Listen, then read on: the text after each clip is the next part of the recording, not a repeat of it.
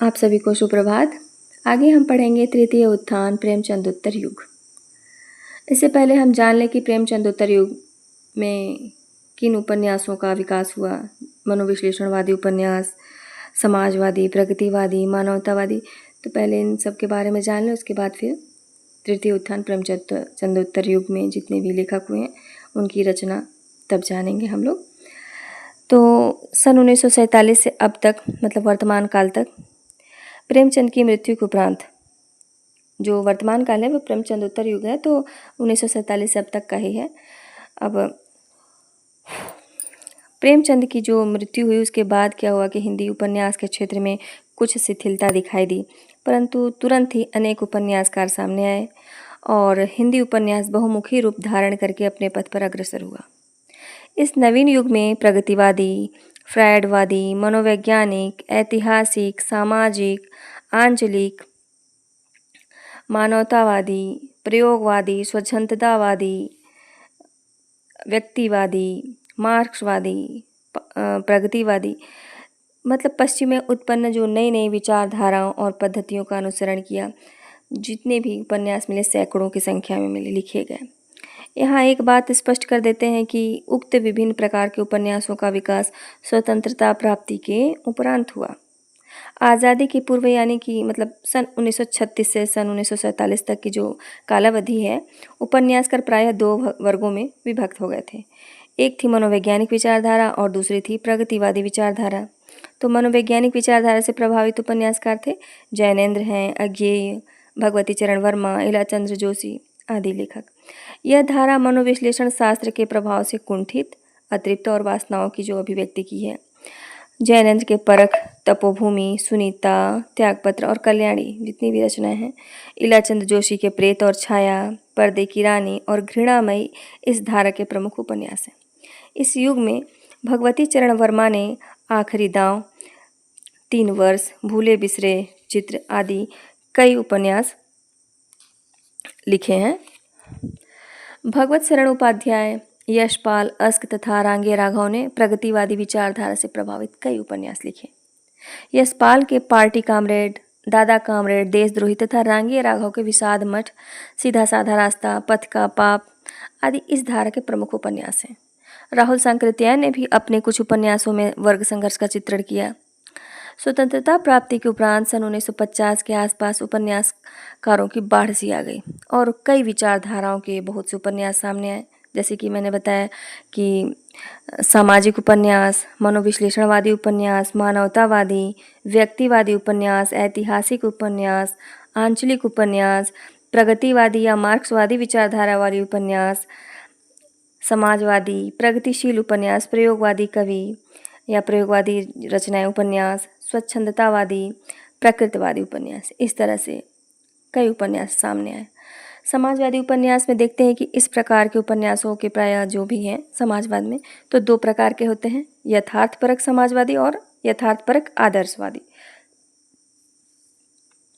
प्रथम वर्ग जो यथार्थवादी बोले तो उसमें जितने भी लेखक हैं, यशपाल, रांगे राघव, अमृत राय, नागार्जुन, अमृतलाल नागर, उपेंद्र नाथ अस्क। यशपाल पर प्रगतिवाद का गहरा रंग है। नागार्जुन, रांगे राघव और भगवती प्रसाद वाजपेयी जो हैं आदर्शपरक समाजवाद के पोषक उपन्यासकार हैं। जो आदर्शपरक, जो अभी हम बोले कि समाजवादी और आदर्शवादी, तो आदर्शपरक समाजवाद की जो पोषक उपन्यासकार हैं भगवती प्रसाद वाजपेयी। देश विभाजन पर आधारित यशपाल का उपन्यास झूठा सच इस युग का सर्वश्रेष्ठ उपन्यास माना जाता है। इसके अतिरिक्त अमृत राय, हिमांशु श्रीवास्तव प्रगतिवादी विचारधारा के उल्लेखनीय उपन्यासकार हैं। राजेंद्र यादव नई पीढ़ी के प्रगतिवादी उपन्यासकार हैं। प्रेत बोलते हैं, मतलब सारा आकाश इनका प्रसिद्ध उपन्यास है। मनोविश्लेषणवादी उपन्यास में विशुद्ध रूप से मनोविश्लेषणवादी शास्त्र का आधार ग्रहण करके मानव मन की जो व्यक्तिक कुंठाओं का चित्रण हुआ है वह मनोविश्लेषणवादी उपन्यास में हुआ है। जैनेन्द्र, अज्ञेय, इलाचंद्र जोशी, धर्मवीर भारती, लक्ष्मीकांत वर्मा, सर्वेश्वर दयाल सक्सेना इस वर्ग के उल्लेखनीय उपन्यासकार हैं मनोविश्लेषणवादी उपन्यास में। इस श्रेणी के उपन्यासों को व्यक्तिवादी उपन्यास भी कहते हैं। मनोविश्लेषणवादी उपन्यास को व्यक्तिवादी उपन्यास भी कहते हैं। अब आंचलिक उपन्यास में हम यह देखते हैं कि किसी एक अंचल या प्रदेश विशेष, जो प्रदेश विशेष है, वहाँ का संपूर्ण सामाजिक, राजनीतिक और सांस्कृतिक परिवेश का अंकन स्थानीय बोली के पुट के साथ किया जाता है। यद्यपि कुछ समालोचक फणीश्वरनाथ रेणु के जो प्रथम उपन्यास है मैला आंचल को हिंदी का प्रथम आंचलिक उपन्यास मानते हैं, परंतु इसके पहले इस प्रकार के कई उपन्यास लिखे जा चुके थे, जैसे कि निराला का बिल्लेसुर बकरिया, अमृतलाल नागर का सेठ बांकेमल, नागार्जुन की उपन्यास।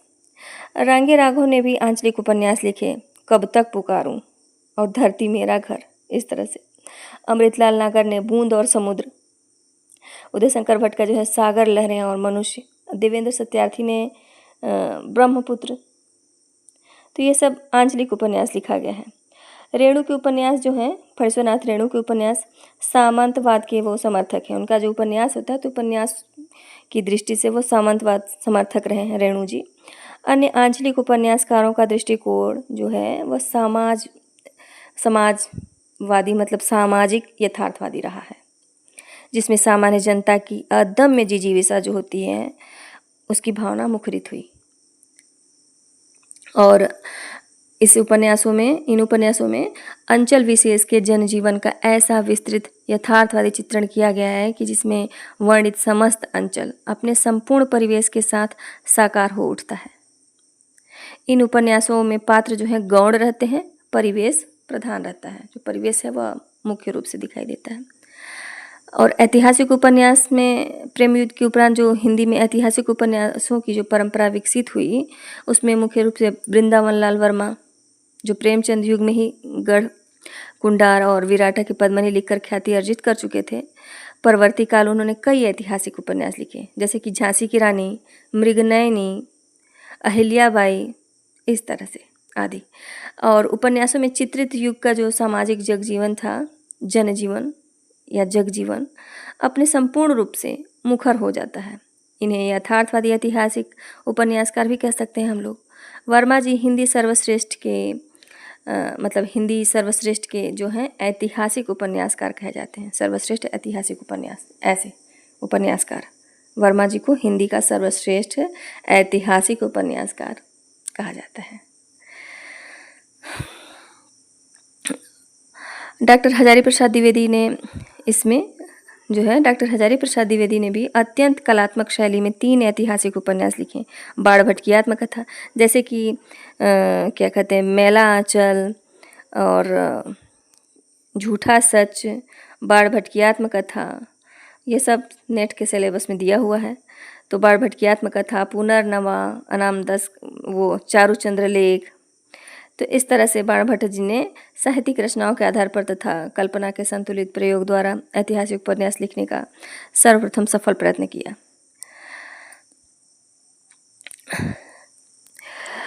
उपर्युक्त जो भी जितने भी हमने बोला, जितना भी है, उसके विवेचन के आधार पर हम कह सकते हैं कि हिंदी की जो भी गद्य विधा है उसमें उपन्यास बहुत खूब उन्नति की है। हिंदी उपन्यास विभिन्न युगीन देशी विदेशी भावों और विचारों को आत्मसात करता हुआ विकसित हुआ। हिंदी उपन्यास जितने भी हैं वो देसी विदेशी और जो भी प्रभाव हुआ विचारों को आत्मसात करते हुए विकसित हुआ। उसमें वस्तुगत और पात्रगत तथा शिल्पगत उपलब्धियां प्रकट हुई हैं।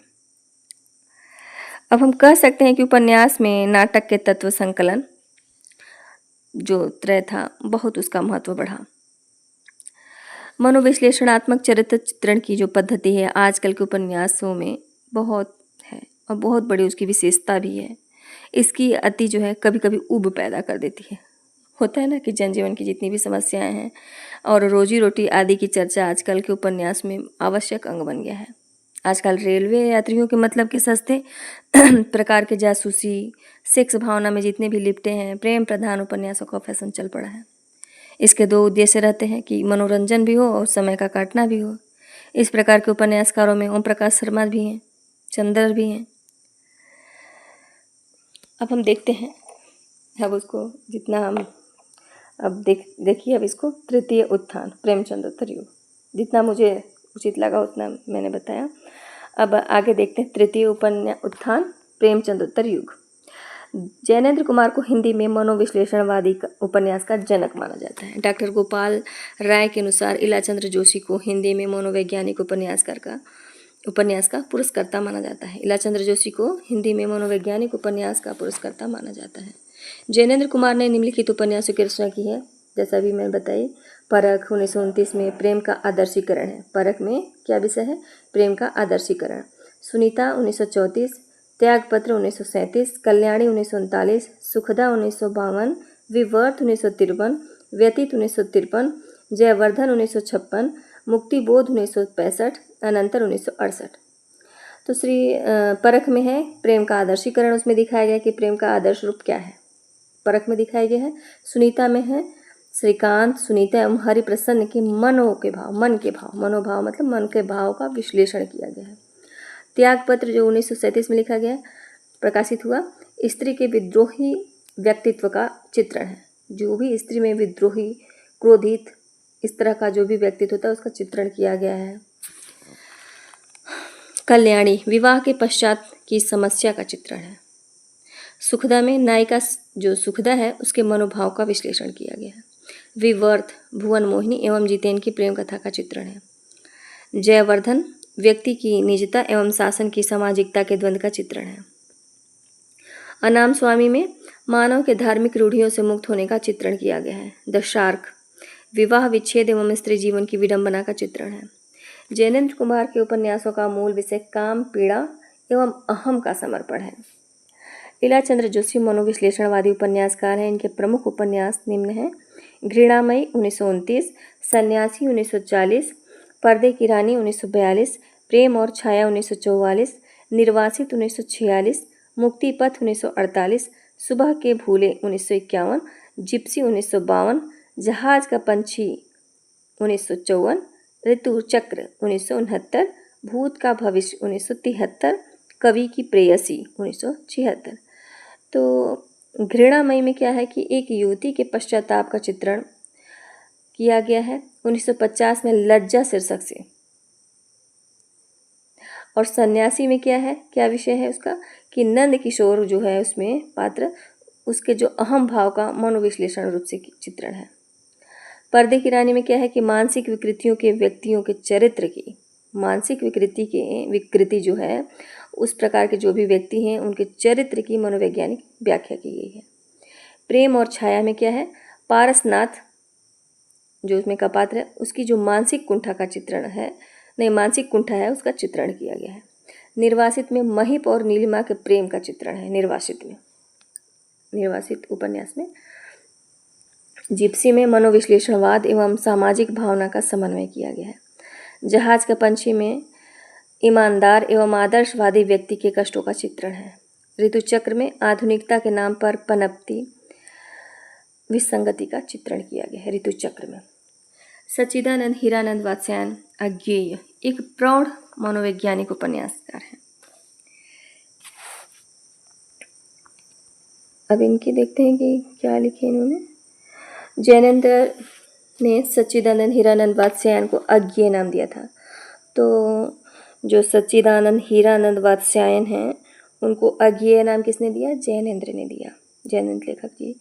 अब अज्ञेय की प्रमुख औपन्यासिक कृतियाँ हैं शेखर एक जीवनी, यह भी दिया हुआ है नेट में सिलेबस में। भाग 1 नायक शेखर के कैशोर्य का विश्लेषण किया गया है। और 1940 में भाग 2 1944 में, इसमें शेखर के युवा काल की मानसिक स्थिति का अंकन है। 2 भाग हैं, शेखर एक जीवनी 1940 और 1944। तो एक में कौशर्य, पहले में है 1940 वाले में कि नायक शेखर के कैशोर्य का विश्लेषण मतलब किशोरावस्था का। और भाग 2 1944 जिसमें शेखर के युवा काल की मानसिक स्थिति का अंकन किया गया है। नदी के द्वीप 1951, अपने अपने अजनबी 1961। तो नदी के द्वीप में रेखा, भुवन एवं गौरा की प्रेम कथा है। अपने अपने अजनबी में क्या है, मृत्यु से साक्षात्कार। अज्ञेय के अनुसार शेखर की खोज अनंतोगत्वा स्वतंत्रता की खोज है। शेखर एक जीवनी पर रोम्या रोला की पुस्तक जो क्रिस्तोफ का प्रभाव लेखक ने स्वीकार किया है। आलोचकों ने शेखर एक जीवनी की आलोचना प्रकाशमान पुच्छल तारा कहकर की है। ए शेखर एक जीवनी की आलोचना प्रकाशमान पुच्छल तारा कहकर की। डॉक्टर देवराज ने निम्नलिखित मनोवैज्ञानिक उपन्यासों की रचना की है। पथ की खोज 1951, बाहर भीतर 1954, रोड़े और पत्थर 1958, आज की डायरी 1960, मैं, वे और आप 1969, दोहरी आग की लपट 1973, दूसरा सूत्र 1978। तो पथ की खोज में देवराज ने क्या लिखा है कि प्रेम एवं विवाह की नैतिकता का प्रश्न है। यह उपन्यास जो है मनोवैज्ञानिक उपन्यास है पथ की खोज। इसमें यह विषय दिया गया है कि प्रेम एवं विवाह के नैतिकता का प्रश्न। बाहर भीतर में क्या है? मध्यवर्गीय परिवार में स्त्री की यातनापूर्ण स्थिति का चित्रण। रोड़े और पत्थर में मध्यवर्गीय लोगों के कुंठित जीवन की त्रासदी का चित्रण। आज की डायरी 1960 में असफल वैवाहिक जीवन एवं प्रेम के त्रासद अंत का चित्रण। मैं, वे और आप इस उपन्यास में समकालीन जीवन मूल्यों के विघटन का चित्रण किया गया है। दोहरी आग की लपट में प्रेम और दाम्पत्य की समस्या का चित्रण है। दूसरा सूत्र 1978 में। अब विष्णु प्रभाकर जो मानवतावादी उपन्यासकार हैं, इनकी प्रमुख रचना है। हम बता रहे थे ना कि मानवतावादी भी उपन्यास, तो उसी तरह से है। देखिए, हम लोग पढ़े मनोविश्लेषण, अब मानवतावादी देखते हैं या व्यक्तिवादी। तो अब देखिए इनकी रचनाएं हैं। उपन्यास ढलती रात 1951, तट के बंधन 1955, स्वप्नमयी 1956, कोई तो 1980, अर्धनारीश्वर 1992, संकल्प 1993। ढलती रात में क्या विषय दिया गया है? 1920 से 36 तक की जो सामाजिक राजनीतिक स्थिति का जो भी वहाँ पर स्थिति है उसका चित्रण किया गया है ढलती रात में। तट के बंधन उपन्यास में प्रेम व विवाह एवं नारी मुक्ति का चित्रण। प्रेम और विवाह के अलावा नारी मुक्ति का भी चित्रण इसमें है। स्वप्नमयी में स्त्री के काल्पनिक, तर्कातीत एवं स्वप्नजीवी चरित्र का अंकन किया गया है। कोई तो नैतिक रूढ़ियों एवं बलात्कार की शिकार जो स्त्री हैं उनकी समस्या को चित्रित किया गया है कोई तो में। अर्धनारीश्वर में स्त्रियों के बलात्कार एवं यातना का चित्रण है अर्धनारीश्वर में। संकल्प में परित्यक्ता स्त्री की मनोभावों का अंकन किया गया है। उदय शंकर भट्ट एक मानवतावादी उपन्यासकार हैं। यह भी मानवतावादी हैं, जिस प्रकार से विष्णु प्रभाकर जी का दिया नाम मानवतावादी में, तो उदय शंकर भट्ट भी मानवतावादी उपन्यासकार हैं। इनकी प्रमुख कृतियां हैं नए मोड़ 1954, सुशिक्षित एवं आत्मनिर्भर नारी की व्यवस्था का चित्रण किया गया। सुशिक्षित है और आत्मनिर्भर जो नारी है उसकी विवश होता है, विवशता आती है नारी या पुरुष में, तो नारी की व्यवस्था का चित्रण किया गया है नए मोड़ में। सागर लहरें और मनुष्य 1956। सागर लहरें और मनुष्य ये किसकी है? उदय शंकर भट्ट की ही है। 1956। लोक परलोक 1958, शेष अशेष 1960। सागर लहरें और मनुष्य, इसमें बम्बई के बरसोवा मछुआरों की ज़िंदगी का चित्रण किया गया है। जो सागर लहरें और मनुष्य, इसमें क्या किया गया है? बम्बई के बरसोवा मछुआरे हैं उनकी ज़िंदगी का चित्रण किया गया है। लोक परलोक में ग्रामीण जीवन पर आधुनिक सभ्यता के प्रभाव का चित्रण है। ग्रामीण जीवन पर आधुनिक सभ्यता का जो प्रभाव पड़ता है लोक परलोक में उपन्यास में, ग्रामीण जीवन में मतलब गांव के जीवन में जितने भी ग्रामीण हैं तो उन पर आधुनिक सभ्यता के प्रभाव को चित्रित किया गया है। शेष अशेष में साधु सन्यासियों के जीवन का यथार्थ चित्रण दिया गया है। उदय शंकर भट्ट द्वारा ये रचित है। अब आगे देखते हैं भगवती चरण वर्मा व्यक्तिवादी एवं नियतिवादी उपन्यासकार हैं। इनकी प्रमुख कृतियां हैं पतन 1927,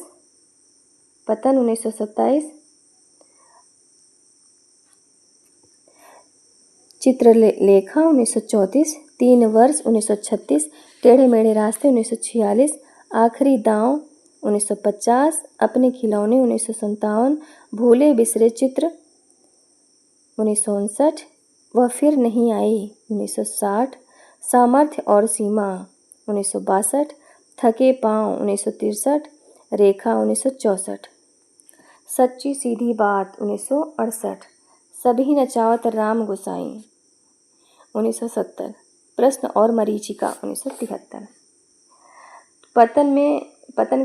पतन उपन्यास का विषय क्या है? इसमें अपराध एवं बलात्कार प्रधान ऐतिहासिक उपन्यास है। उसके बारे में मुख्य रूप से दिया गया है, यह ऐतिहासिक उपन्यास है। चित्रलेखा में क्या दिया गया है? पाप एवं पुण्य के नैतिक प्रश्न का चित्रण है। 3 वर्ष में क्या दिया है? क्या विषय पर है 3 वर्ष? किस विषय पर का उपन्यास है? जिसमें प्रेम का विवाह में परिणति, इस समस्या का चित्रण किया गया है 3 वर्ष में। टेढ़े मेढ़े रास्ते 1946, जिसमें गांधीवाद, साम्यवाद और आतंकवाद का टेढ़े मेढ़े रास्ते के रूप में चित्रण किया गया है। आखिरी दांव में एक जुआरी की असफल प्रेम कथा। अपने खिलौने दिल्ली के मॉडर्न सोसाइटी पर तीखा व्यंग्य है। भूले बिसरे चित्र 3 पीढ़ियों के जीवन मूल्य में परिवर्तन की कथा है। भूले बिसरे चित्र में 3 पीढ़ियों के जो जीवन मूल्य है उसमें परिवर्तन की कथा को चित्रित किया गया है। और अपने खिलौने में दिल्ली के मॉडर्न सोसाइटी पर तीखा व्यंग्य किया गया है। वह फिर नहीं आई, आधुनिक जीवन की विषमता के बीच गहन जिजीविषा का चित्रण किया गया है। वह फिर नहीं आई। सामर्थ्य और सीमा, प्रकृति के समक्ष मनुष्य की असहायता का चित्रण। रेखा में नारी के गहन अंतर्द्वंद का चित्रण किया गया है। सच्ची सीधी बात में सन 1938 से 48 तक के राष्ट्रवादी नेताओं की दृष्टि का मूल्यांकन है। सभी नचावत राम गोसाई सन 1919 से 1965 तक के इतिहास का चित्रण। सभी नचावत राम गोसाई में 1919 से 1965 तक के इतिहास का चित्रण है। प्रश्न और मरीचिका, व्यक्ति के मन में विघटित मानव मूल्य का प्रश्न एवं शासन की मरीचिका का चित्रण किया गया है। प्रश्न और मरीचिका में भगवती चरण वर्मा कृत चित्रलेखा पर फ्रेंच उपन्यासकार अनातोले के उपन्यास थाया का प्रभाव है। भगवती चरण वर्मा कृत जो चित्रलेखा है उस पर फ्रेंच उपन्यासकार जो है अनातोले के उपन्यास थाया का प्रभाव है। उपन्यास क्या कहना है? थाया। तो उसमें चित्रलेखा लिखे भगवती चरण वर्मा, तो किसका उस पर प्रभाव है? फ्रेंच उपन्यासकार अनातोले के।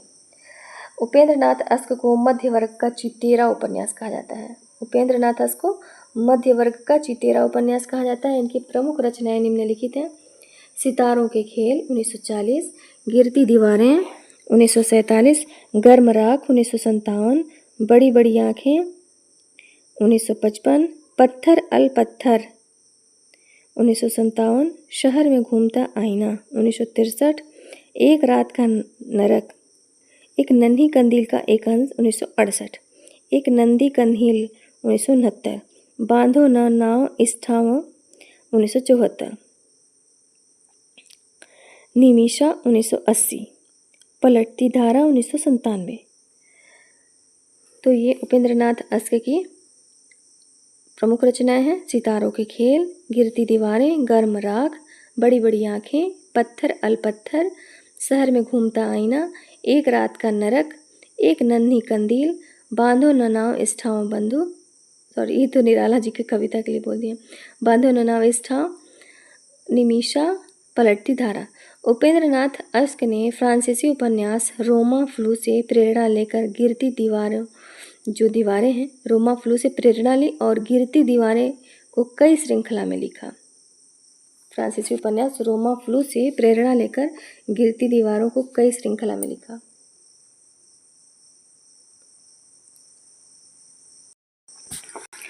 सुमित्रा नंदन पंत ने बड़ी बड़ी आँखें को एक गीति उपन्यास की संज्ञा दी। जो उपेंद्र नाथ अस्क जी का लिखा हुआ है बड़ी बड़ी आँखें 1955।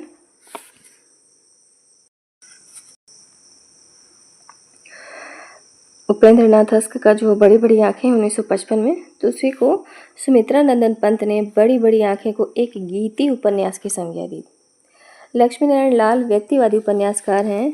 इनकी कृतियाँ निम्नांकित हैं: धरती की आँखें 1951, बया का घोंसला और सांप 1953, काले फूल का पौधा 1955, रूपा जीवा 1959, बड़ी चंपा छोटी चंपा 1961, मन वृंदावन 1966, प्रेम अब पवित्र नदी 1972, बड़के भैया 1973, हरा समंदर गोपी चंदर 1974, बसंत की प्रतीक्षा 1975, देवीना 1976, पुरुषोत्तम 1983, गली अनारकली 1985, कनाट पैलेस 1986।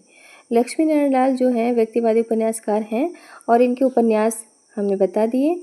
अब फिर से एक बार रिवाइज करते हैं: धरती की आँखें, बया का घोंसला और सांप, काले फूल का पौधा, चौथा रूपा जीवा, पांचवा बड़ी चंपा छोटी चंपा, मन वृंदावन, सातवां है प्रेम अपवित्र नदी, आठवां है बड़के भैया, नौवां हरा समंदर गोपी चंदर, किसका है? लक्ष्मी नारायण लाल का।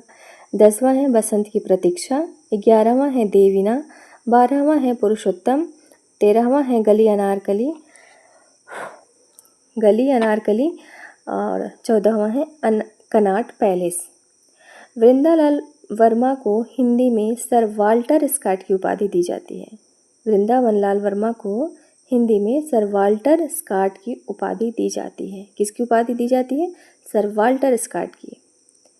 और बड़ी बड़ी आँखें को गीति उपन्यास की संज्ञा किसने दी थी? बड़ी बड़ी आँखें किसके उपन्यास है? उपेंद्र नाथ अस्क द्वारा है यह उपन्यास लिखे गए। और किसने दी? सुमित्रा नंदन पंत ने दी। वृंदावन लाल वर्मा के प्रारंभिक उपन्यास हैं संगम, प्रत्यागत,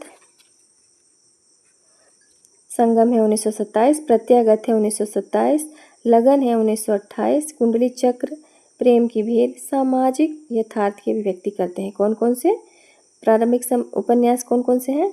संगम, प्रत्यागत, लगन, कुंडली चक्र, प्रेम की भेद जो है सामाजिक यथार्थ की अभिव्यक्ति करते हैं इनके उपन्यास। वृंदावन लाल वर्मा के ऐतिहासिक उपन्यास हैं बुंदेलखंड के मुस्लिम शासनकाल की पृष्ठभूमि पर आधारित हैं।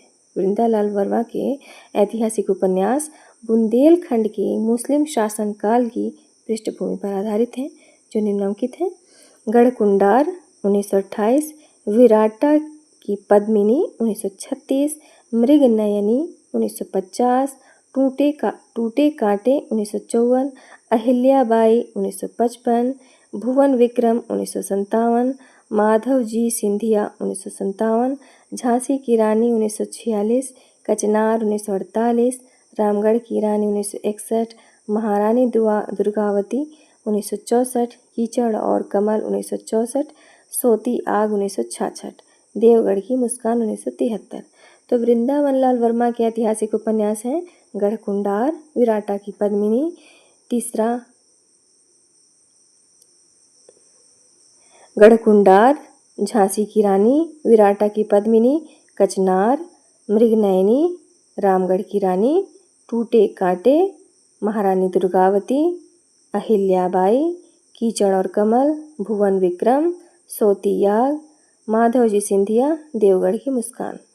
ये सब इनके ऐतिहासिक उपन्यास हैं जो बुंदेलखंड के मुस्लिम शासनकाल की पृष्ठभूमि पर आधारित है। राहुल सांकृत्यायन की प्रमुख औपन्यासिक कृतियाँ हैं जीने के लिए 1940, सिंह सेनापति 1942, जय यौधेय 1944, मधुर स्वप्न 1950, विस्मृत यात्री 1954। राहुल सांकृत्यायन की प्रमुख औपन्यासिक कृति यही है: जीने के लिए, सिंह सेनापति, जय यौधेय, मधुर स्वप्न, विस्मृत यात्री। तो जीने के लिए जो है उसमें क्या विषय है? भारत के विक्षुब्ध सामाजिक एवं राजनीतिक स्थिति का चित्रण किया गया है जीने के लिए, जो राहुल सांकृत्यायन की रचित है। सिंह सेनापति में वैशाली तथा तक्षशिला के गणराज्यों की कथा है। सिंह सेनापति में वैशाली तथा तक्षशिला के गणराज्यों की कथा है। जय यौधेय में क्या है इसका विषय? यमुना, सतलज एवं हिमालय के बीच स्थित यौधेय राज्य के अवसान का चित्रण है। मधुर स्वप्न में मध्य एशिया में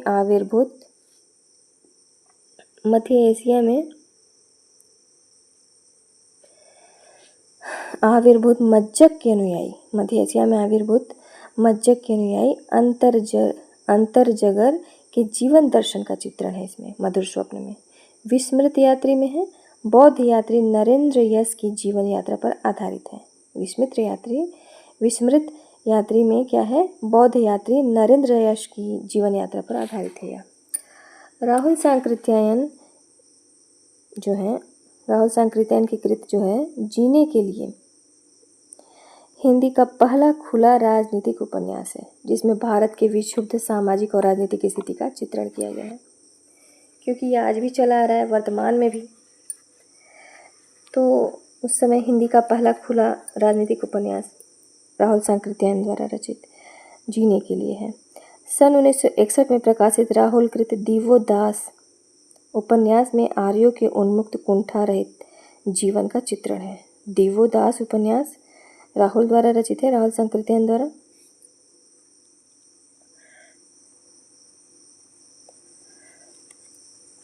चतुरसेन शास्त्री की प्रमुख कृतियां निम्नांकित हैं।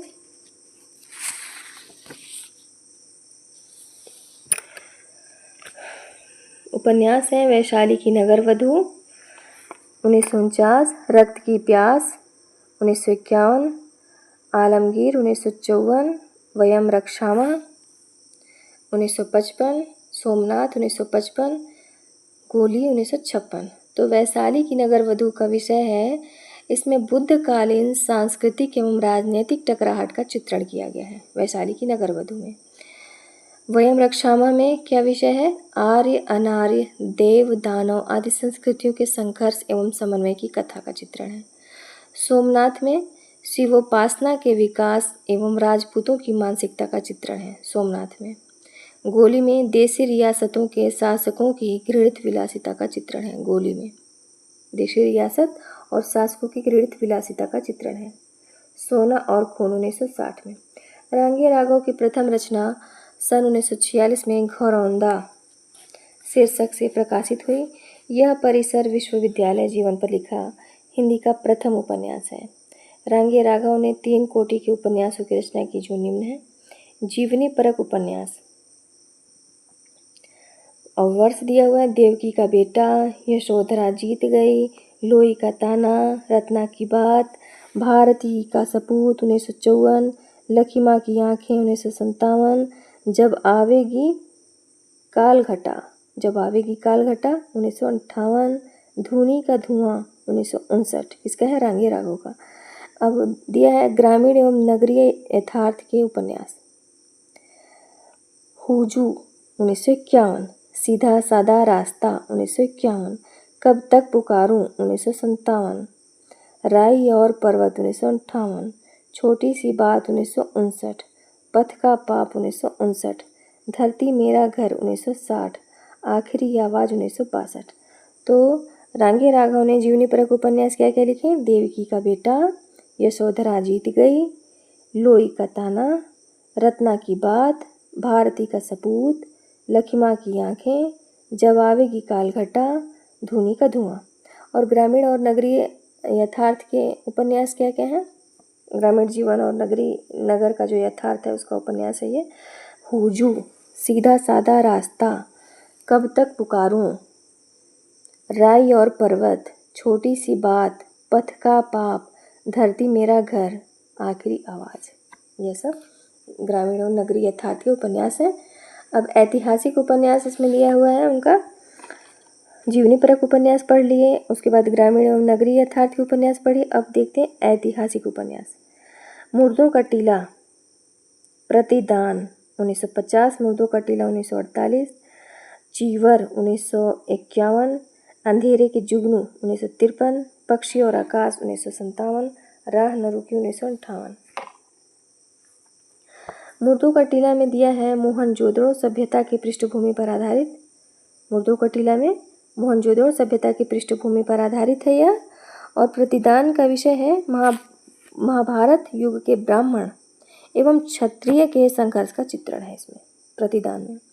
प्रतिदान उपन्यास में महाभारत युग के ब्राह्मण एवं क्षत्रिय के संघर्ष का चित्रण है।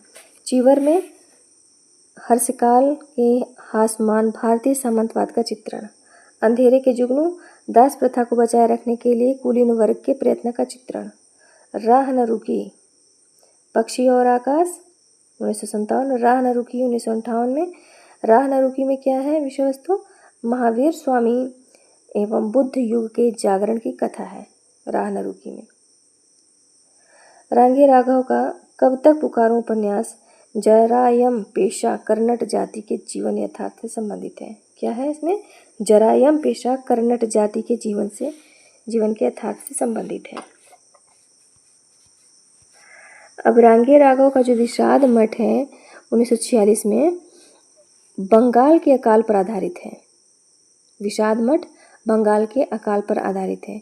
अमृतलाल नागर के उपन्यासों को रामविलास शर्मा ने हिंदी के गैर मानक रूपों का पिटारा कहा है। हिंदी के गैर मानक रूपों का पिटारा कहा गया है। अमृतलाल नागर के प्रसिद्ध उपन्यास निम्नलिखित हैं। महाकाल 1947, जिसमें महाकाल में बंगाल के अकाल की त्रासदी का चित्रण है। अब दूसरा है सेठ बांके लाल 1955। तीसरा है बूंद और समुद्र 1956 में। लखनऊ के चौक के रूप में भारत की विभिन्न छवि का चित्रण है बूंद और समुद्र में। शतरंज के मोहरे 1959। शतरंज के मोहरे उपन्यास में क्या दिया है कि अवध के नवाबों के हास्योन्मुख जीवन का चित्रण है शतरंज के मोहरे में। सुहाग के नुपुर 1960 में। इसमें क्या विषय दिया है? मध्यकालीन कुलवधुओं एवं नाहर वधुओं का चित्रण है। अमृत और विष 1966 भारतीय गणतंत्र के 15 वर्षों का राजनीतिक एवं सामाजिक चित्रण है। अमृत और विष में भारतीय गणतंत्र के 15 वर्षों का राजनीतिक और सामाजिक चित्रण दिया हुआ है। 7 घूंघट वाला मुखड़ा, इसमें मसरू बेगम के नारे हृदय का चित्रण है। 7 घूंघट वाला मुखड़ा में मसरू बेगम के नारे हृदय का चित्रण है। एकदा नैमिषारण्य 1972, इसमें आचार्य भागर्व सोमाहुति नैमिष आंदोलन एवं सांस्कृतिक पुनर्जागरण का चित्रण है एकदा नैमिषारण्य में।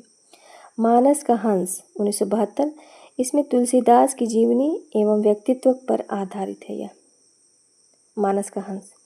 नाच्यो बहुत गोपाल 1978, इसमें भंगी समाज का इतिहास और उसके वर्तमान जीवन की नारकीयता का गहरी संवेदनात्मकता के साथ चित्रण है। खंजन नयन 1981, इसमें सूरदास के जीवन और व्यक्तित्व पर आधारित है यह खंजन नयन। बिखरे तिनके 1982, अग्निगर्भा 1983, करवट 1985 लखनऊ के एक खत्री परिवार की 3 पीढ़ियों का चित्रण है। पीढ़ियाँ इसका अगला भाग है। करवट और पीढ़ियाँ जो है करवट पहला और पीढ़ियाँ दूसरा भाग है 1990। हाँ देख, करवट उपन्यास के अगले चरण में पीढ़ियाँ का। आचार्य हजारी प्रसाद द्विवेदी एक ऐतिहासिक उपन्यासकार के रूप में प्रसिद्ध हैं। इनके उपन्यास निम्नांकित हैं। बाणभट्ट की आत्मकथा 1946, जिसमें बाणभट्ट और निपुणिका और नियूनिया इसमें पात्र दिए हुए मतलब इन्हीं के आधार पे, और इसी का विषय वस्तु है प्रेम का उदात्तीकरण एवं हर्षकालीन सामाजिक, राजनैतिक एवं सांस्कृतिक स्थिति का चित्रण किया गया है। चारुचंद्र लेख 1963, राजा सातवाहन चंद्रलेखा आधार है। 12वीं से 13वीं शती के बीच जो सांस्कृतिक एवं राजनीतिक स्थिति थी उसका चित्रण किया गया है चारुचंद्र लेख में, राजा सातवाहन चंद्रलेखा। अब पुनर्नवा 1973, लोरिकायन एवं मृच्छकटिकम वर्ण व्यवस्था एवं नारी शोषण का चित्रण है। इसमें पुनर्नवा में वर्ण व्यवस्था एवं नारी शोषण का चित्रण है। अनामदास का पोथा 1976, इसमें छांदोग्य एवं बृहदारण्यक आधार पर दिया हुआ है और औपनिषदिक युग के परिवेश एवं जीवन पद्धति का चित्रण है। सनहैया ओझा ने महत्वपूर्ण उपन्यासों की रचना की जो निम्न है: संपर्क और समर्पण, मनुष्य का मूल्य, मकड़ी का जाल, सिंधु सीमांत और सर्वनाम। 1976, बंगला के बंगाल की नक्सलवाड़ी आंदोलन एवं आर्य अनार्य पर आधारित है, सर्वनाम। छठवां है संभवामी 1983, हड़प्पा सभ्यता एवं देव सभ्यता पर केंद्रित है। देव सभ्यता पर केंद्रित है कौन सा? संभवामी। और बंगाल के नक्सलवाड़ी आंदोलन एवं आर्य अनार्य पर आधारित कौन सा है? सर्वनाम। और सातवां है कसौटी, सन 2000। कृष्णचंद्र शर्मा भिक्खु ने निम्न उपन्यास लिखे हैं। आदमी का बच्चा 1950, संक्रांति 1951, भंवरजाल 1954, नागफनी 1959, देवता की घाटी, सोने का मृग 1960, महाश्रमण सुने 1963, अस्तंगता, रेवती, लाल ढांग, मौत की सराय 1970, योग माया, एक और ययाति, रक्त यात्रा, दुर्वा, चंदन वन की आग, तथापि। अब आगे शिव प्रसाद मिश्र रुद्र काशिकीय ने निम्नलिखित 2 उपन्यासों की रचना की है। बहती गंगा 1952, इसमें काशी के जीवन और संस्कृति का जीवंत का संवेदनात्मक चित्रण किया गया है। संचितात उपन्यास है बहती गंगा और दूसरा है संचितात उपन्यास। 2 उपन्यासों की रचना की शिव प्रसाद मिश्र ने। संचितात में है प्रयोगवादी शिल्प प्रधान उपन्यास है यह। शिव प्रसाद सिंह ने कई महत्वपूर्ण उपन्यास लिखे हैं जो निम्न है। अलग अलग वैतरणी 1967, गली आगे मुड़ती 1974, नीला चांद 1988, शैलूस 1989, औरत 1993, मंजूशिमा 1990, कुहरे में युद्ध 1992, दिल्ली दूर है 1993, वैश्वानर 1996। अलग अलग वैतरणी में दिया है आज़ादी के बाद पूर्वांचल के गांवों की जिंदगी की नारकीयता का चित्रण है। अलग अलग वैतरणी में आज़ादी के बाद पूर्वांचल के गांवों की जिंदगी की नारकीयता का चित्रण किया गया है। गली आगे मुड़ती है में इसमें युवा आक्रोश का काशी हिंदू विश्वविद्यालय परिसर के संदर्भ में चित्रण है। इस जो भी युवा का आक्रोश होता है वो काशी हिंदू विश्वविद्यालय परिसर के संदर्भ में चित्रण है, मतलब BHU वाला जो है विश्वविद्यालय। नीला चांद भारतीय इतिहास के मध्यकाल की काशी का चित्रण है। नीला चांद में भारतीय इतिहास के मध्यकाल की काशी का चित्रण है। शैलूस में विंध्य क्षेत्र के नटों के कबीलाई जीवन पर आधारित है। शैलूस विंध्य क्षेत्र के नटों के कबीलाई जीवन पर आधारित है। औरत में नारी के शोषण, दमन एवं पीड़न पर आधारित है। मंजूशिमा में लेखक की पुत्री मंजू के जीवन की करुण कथा पर आधारित है। कुहरे में युद्ध 1992 बुंदेलखंड में मुस्लिम आक्रांताओं की कथा है। दिल्ली दूर है हिंदू मुस्लिम के बीच टकराहट एवं समन्वय का चित्रण है। दिल्ली दूर है में वैश्वानर में काशी के वैदिक कालीन स्वरूप का चित्रण है। वैश्वानर में काशी के वैदिक कालीन स्वरूप का चित्रण है। यह किसका है? शिव प्रसाद सिंह का। तो इसमें हम लोगों ने क्या क्या पढ़ा? अलग अलग वैतरणी, गली आगे मुड़ती है, नीला चांद, शैलूस, औरत, मंजूशिमा, कुहरे में युद्ध, दिल्ली दूर है, वैश्वानर। अब आगे देखते हैं आनंद प्रकाश जैन की महत्वपूर्ण औपन्यासिक रचनाएं हैं। आनंद प्रकाश जैन की महत्वपूर्ण औपन्यासिक रचनाएं हैं। तीसरा नेत्र 1957, कठपुतली के धागे 1959, जिसमें अवध के नवाबों एवं उनकी नवाबी ठाठ का चित्रण दिया गया है। कुड़ाल की आंखें में अशोककालीन इतिहास की वास्तविकता का चित्रण है। 8वीं भांवर 1969, पश्चिमी उत्तर प्रदेश की एक गोसाई परिवार की कथा है। तांबे के पैसे 1971। यह सब किसके? आनंद प्रकाश जैन के। इकबाल बहादुर देवसरे ने मध्यकालीन इतिहास को अपने उपन्यासों का विषय बनाया है। इनके प्रमुख उपन्यास निम्नलिखित हैं: नालंदा, ओरछा की नर्तकी, मस्तानी, बेगम हजरत महल, जाने आलम, नवाबे मुल्क, तानसेन, गुलफाम मंजिल। इकबाल बहादुर देवसरे जी का यह मध्यकालीन इतिहास को अपने उपन्यासों में इन्होंने विषय दिया है। और इनके उपन्यास नालंदा ओरछा की नर्तकी, मस्तानी, बेगम हजरत महल, जाने आलम, नवाबे मुल्क, तानसेन, गुलफाम मंजिल, ये सब हैं। 8 उपन्यास हैं कुल। राजीव सक्सेना ने निम्न उपन्यासों की रचना की है। पड़ी पुत्री सोमा 1972, वर्ष 1972 में आर्यों अनार्यों के संघर्ष का चित्रण दिया हुआ है। पड़ी पुत्री सोमा में आर्यों अनार्यों के संघर्ष का चित्रण है। रमैनी 2000 में, रमैनी सन 1857 की क्रांति पर आधारित है। रमैनी जिस तरह से साकी शबद रमैनी कबीरदास जी का, इसी तरह इनके उपन्यास का भी नाम है रमैनी।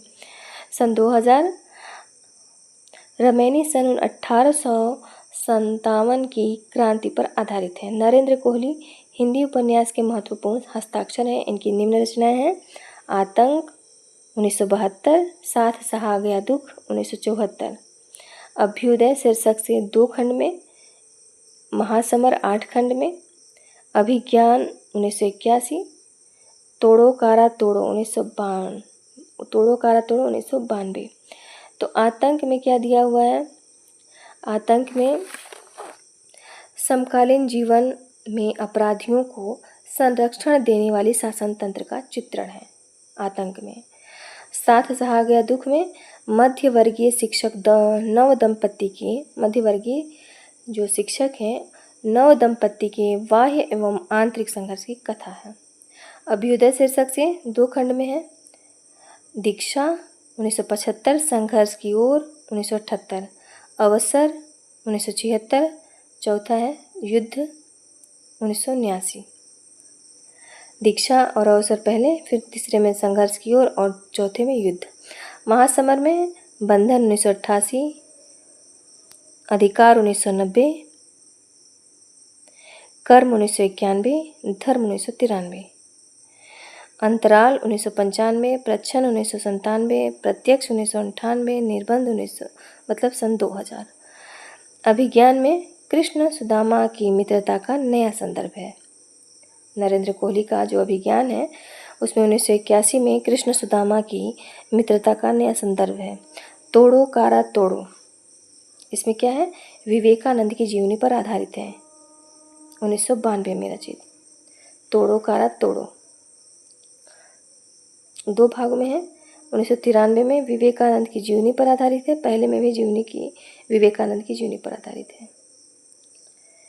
नरेंद्र कोहली ने अभ्युदय में राम कथा को तथा महासमर में महाभारत की कथा को नए संदर्भ में प्रस्तुत किया।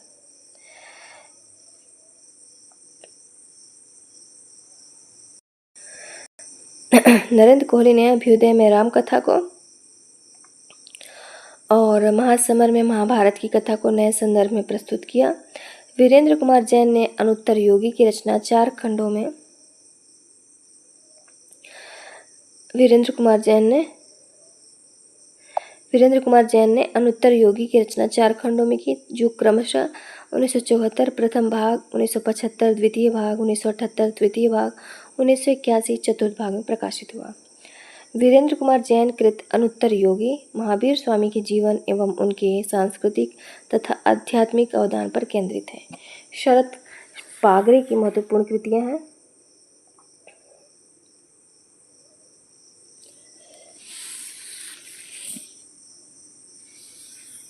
शरद पागरे की महत्वपूर्ण कृतियां हैं। अनाम दास का पोथा, ये तो उनका भी है। अनाम दास का पोथा हजारी प्रसाद द्विवेदी जी का भी है।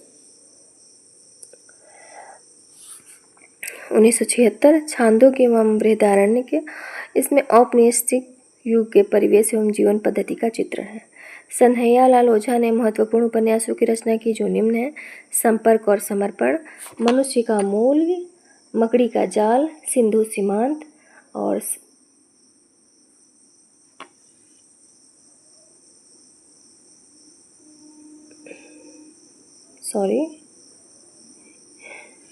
ये तो इसमें गलती से दे दिया है, क्योंकि अनाम दास का पोथा तो हजारी प्रसाद द्विवेदी जी का ही है। शरद पागरे का है गुलारा बेगम 1984, शाहजादा खुर्रम और गुलारा बेगम की प्रेम कथा का चित्रण है। गंधर्व सेन जो है 1987, उज्जैनी नरेंद्र गंधर्व सेन के रोमांस एवं शौर्य का चित्रण है। गंधर्व सेन में बेगम जैनावादी में नृत्यांगना जैनावादी और मुगल बादशाह औरंगजेब की प्रेम कथा का चित्रण है। अन्य महत्वपूर्ण ऐतिहासिक उपन्यास एवं उपन्यासकार निम्नलिखित हैं। उपन्यासकार हैं और उपन्यास अलग दिया हुआ है तो रघुवीर शरण मित्र के उपन्यास हैं आग और पानी, ढाल तलवार, ओस के आंसू, पहली हार, उजला कफन, राख की दुल्हन, कांपती आवाज़, दिन रोया रात हंसी, तब का तेज रूप के जाले, प्यास और शोले, सोने की राख, बलिदान, रंग बिरंगे चेहरे, सदा सदा के प्रश्न।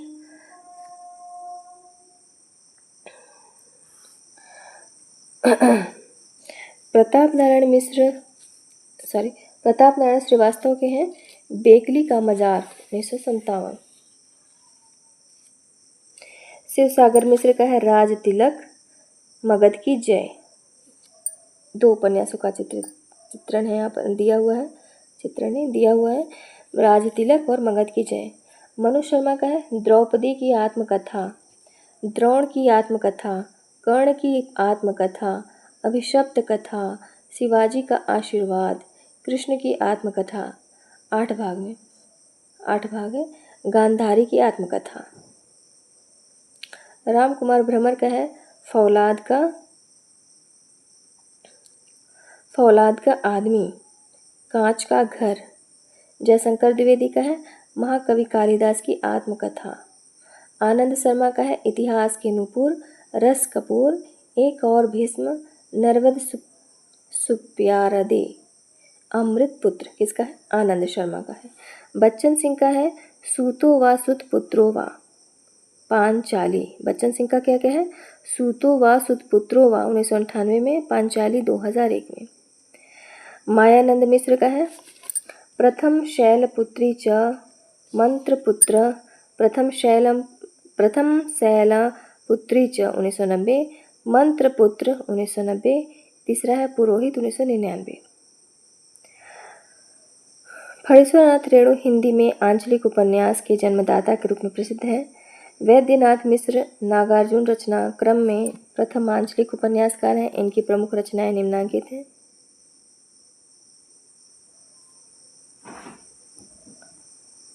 रतिनाथ की चाची 1948, बलचनमा 1952, नई पौध 1953, बाबा बटेसर नाथ 1954। रतिनाथ की चाची में क्या विषय वस्तु है? मिथिलांचल के सामाजिक जीवन के अंतर्विरोध एवं नारी शोषण की समस्या का चित्रण है रतिनाथ की चाची में। बलचनमा में है बलचनमा 1992, इसमें नायक बलचनमा का अन्याय एवं अत्याचार के विरुद्ध का संघर्ष दिखाया गया है बलचनमा में। नई पौध में 1953, इसमें असंगत विवाह एवं जर्जर सामाजिक मान्यताओं का विरोध का चित्रण है। बाबा बटेसर नाथ 1954, बरगद के वृक्ष को बचाने के लिए किसानों का संघर्ष दिखाया गया है।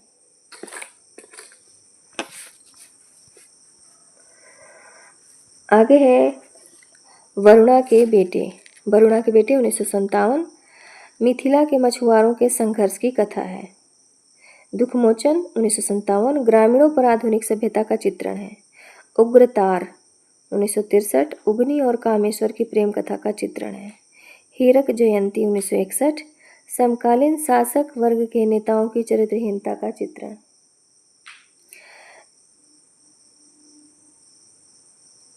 हीरक जयंती में 1961 समकालीन शासक वर्ग के नेताओं की चरित्रहीनता का चित्रण है।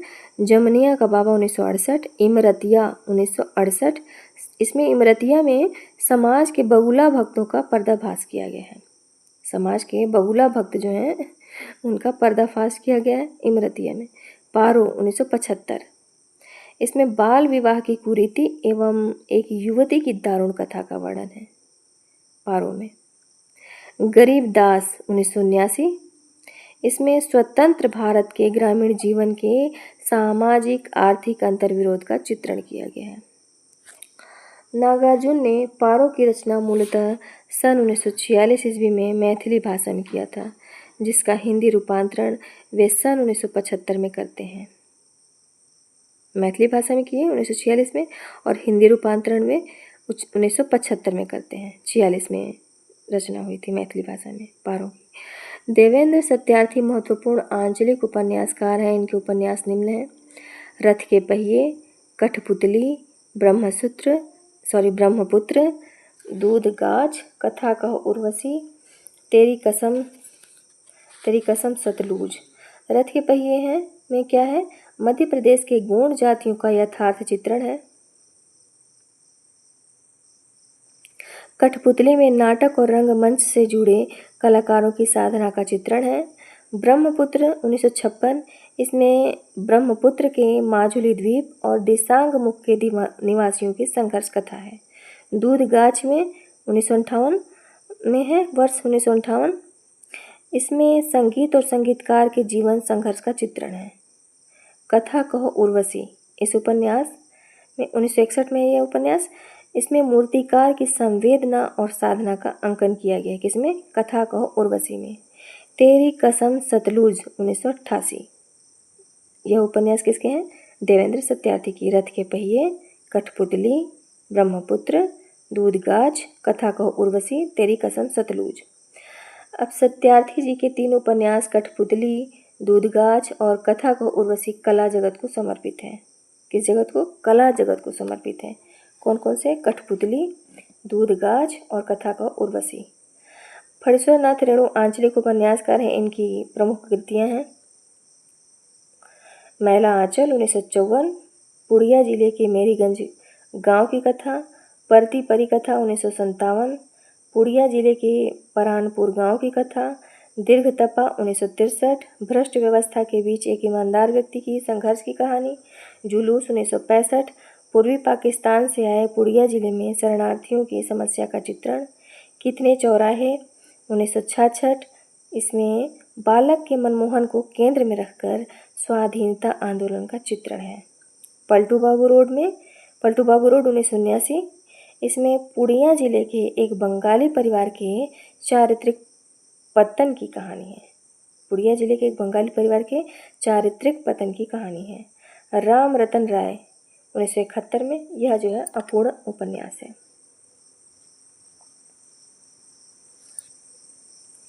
अज्ञे ने रेणु के उपन्यासों में एक अखंड मानवीय विश्वास की चिंगारी सुलगती देखी है।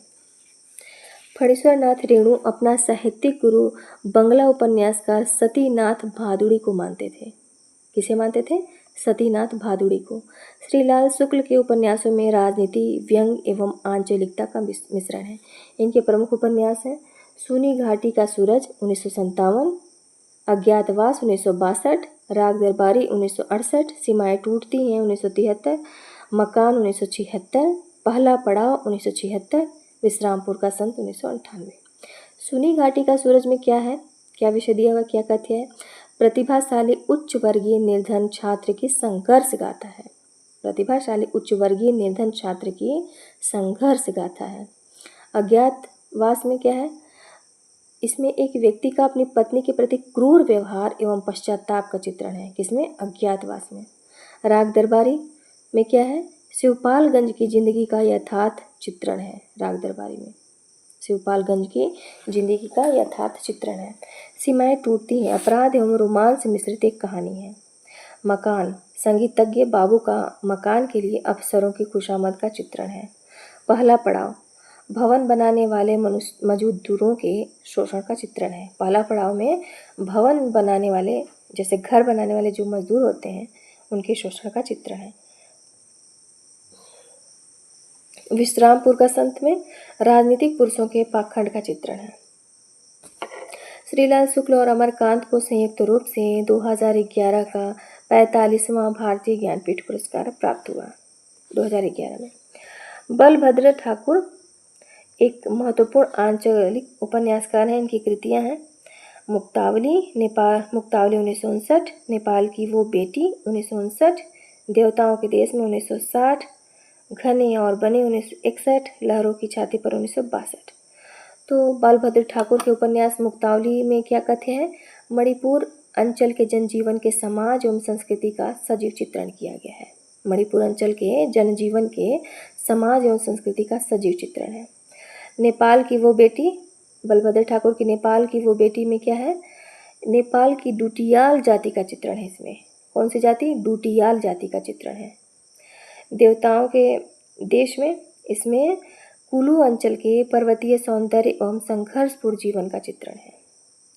घने और बने 1961। लहरों की छाती पर इसमें अंडमान निकोबार द्वीप के जनजीवन की स्थिति का सजीव चित्रण किया गया है। लहरों की छाती पर, ये किसका है? बलभद्र ठाकुर का। शैलेश मटियानी एक आंचलिक उपन्यासकार के रूप में प्रसिद्ध हैं। शैलेश मटियानी एक आंचलिक उपन्यासकार के रूप में प्रसिद्ध हैं। डॉक्टर गोपाल राय के अनुसार मटियानी मुख्यतः दलित विमर्श के उपन्यासकार हैं, जिसमें नारी और दलित वर्ग की मुख्य भूमिका है। शैलेश मटियानी का औपन्यासिक संसार विस्तृत है, जो निम्नांकित है। उपन्यास है, वर्ष और विषय वस्तु तो बोरावली से बोरी बंदर तक 1959, कबूतर खाना 1959। तो बोरावली से बोरी बंदर तक जो शैलेश मटियानी का उपन्यास है, बोरावली से बोरी बंदर तक, इसमें बम्बई के भागदौड़ एवं आधुनिक यांत्रिक जीवन का चित्रण है। कबूतर खाना 1959, इसमें बम्बई के भूलेश्वर मोहल्ले में रहने वाले मध्य वर्गीय जनों का चित्रण है। किसका है? शैलेश मटियानी का।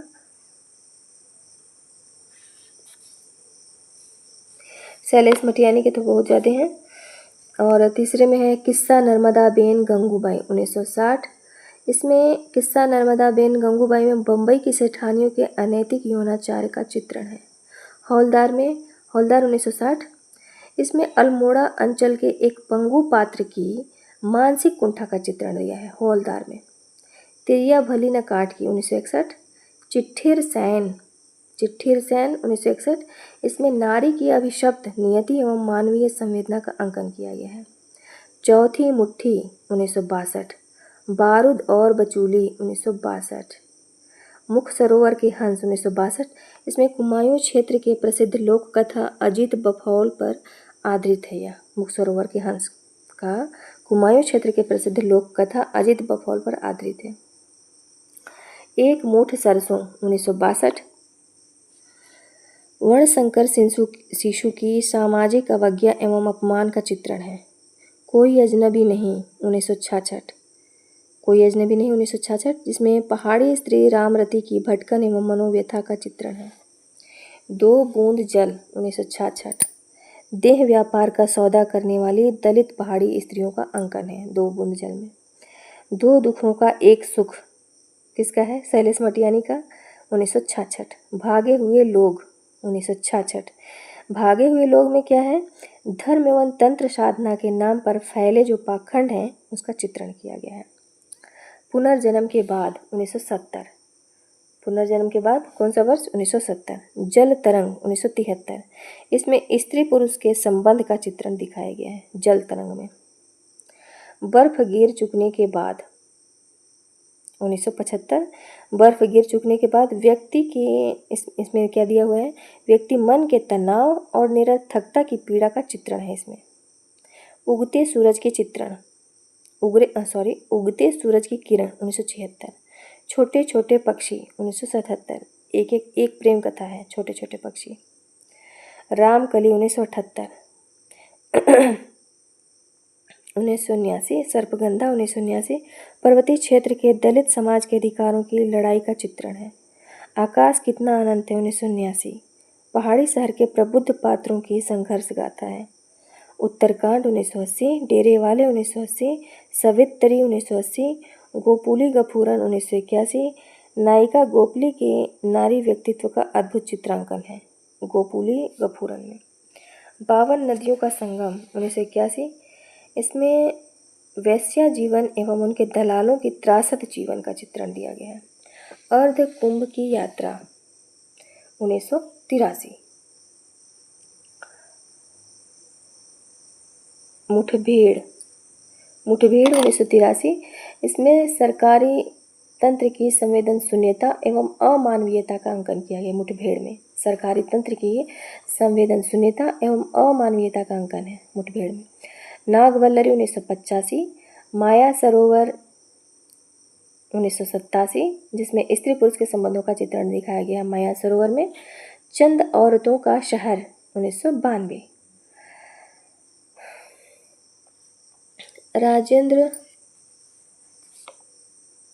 राजेंद्र अवस्थी त्रिसित आंचलिक उपन्यासकार हैं। राजेंद्र अवस्थी त्रिसित आंचलिक उपन्यासकार हैं। इनकी रचनाएं हैं उपन्यास, वर्ष और कथ्य दिए हुए हैं। सूरज किरण की छाँव 1959।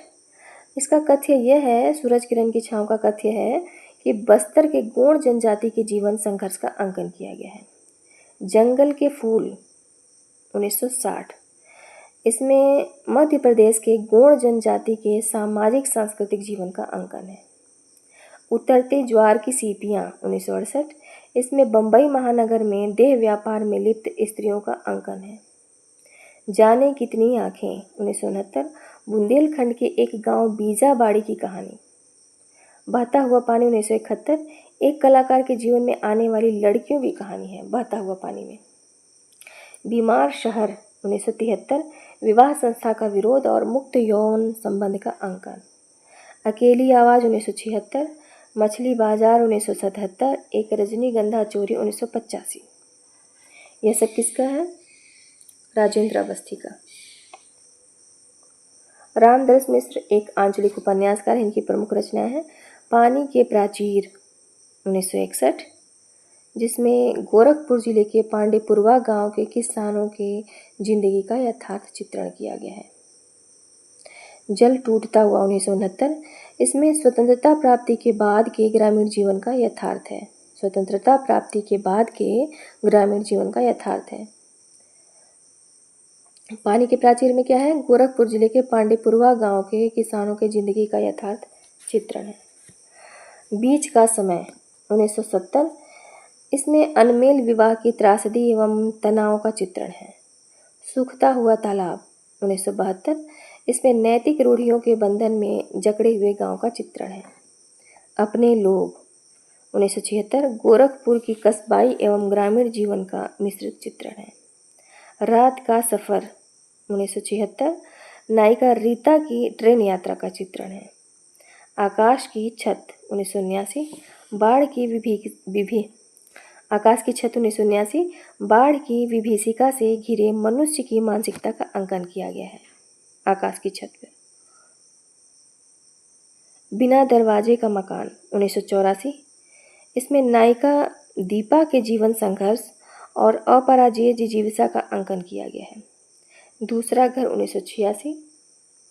इसमें प्रवासी कमलेश के जीवन यथार्थ एवं संघर्ष का चित्रण है। थकी हुई सुबह 1993। एक ग्रामीण नारी की कहानी है। थकी हुई सुबह किसका है? रामदरस मिश्र का। 20 बरस 1996। रिपोर्ताज शैली में लिखा उपन्यास है रामदरस मिश्र का। हिमांशु श्रीवास्तव ने, अब देखते हैं आगे, हिमांशु श्रीवास्तव ने निम्नलिखित उपन्यासों की रचना की है। लोहे के पंख, नदी फिर बह चली, रथ से गिरी बांसुरी, कुहासे में जलती एक धूप बत्ती, रिहर्सल, अपनी अपनी कंदिल, पिछली रात का अंधेरा, भित्त चित्र की मयूरी, न खुदा न सनम। यह सब किसका है? हिमांशु श्रीवास्तव का।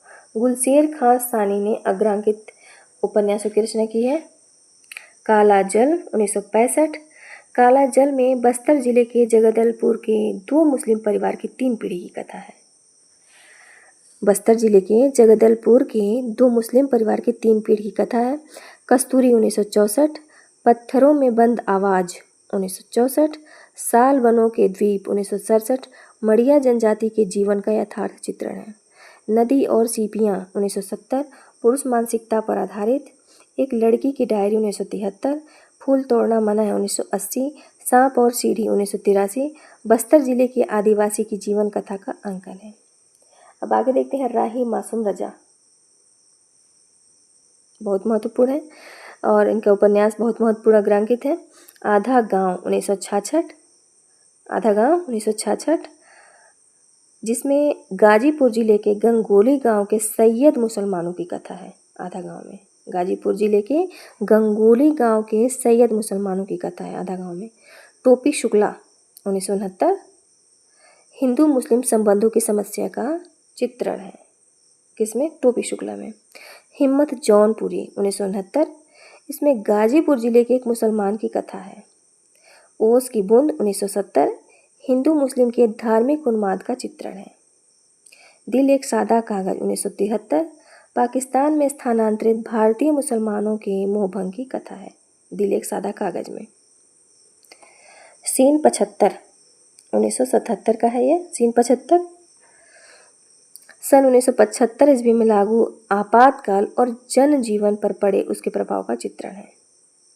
सीन 75 कटरा बी आरजू, तो इनका नाम भी है सीन 75 और 1975 ईस्वी में लागू जो आपातकाल थी और जनजीवन पर जो प्रभाव पड़ा उसका चित्रित किया गया है।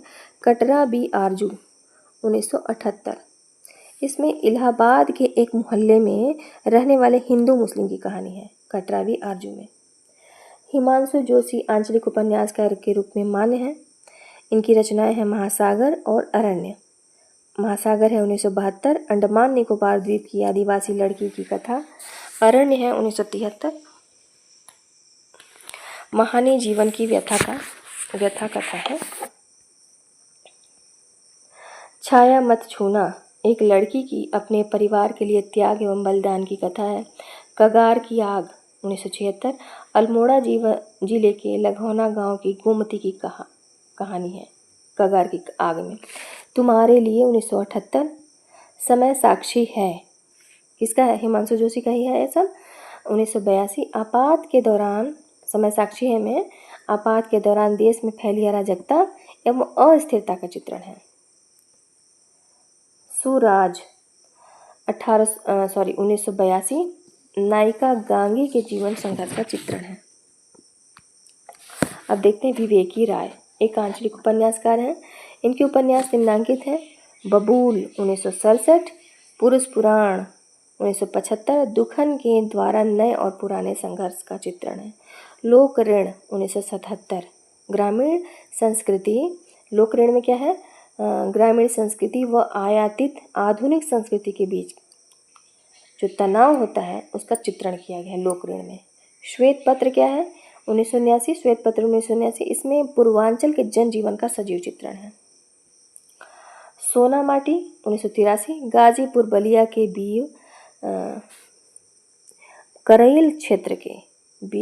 गाजीपुर बलिया के बीव करील क्षेत्र के जनजीवन का चित्रण है। समर शेष है 1988 पूर्वांचल के किसान मजदूर के शोषण एवं उनके संघर्ष की कथा है। समर शेष है में।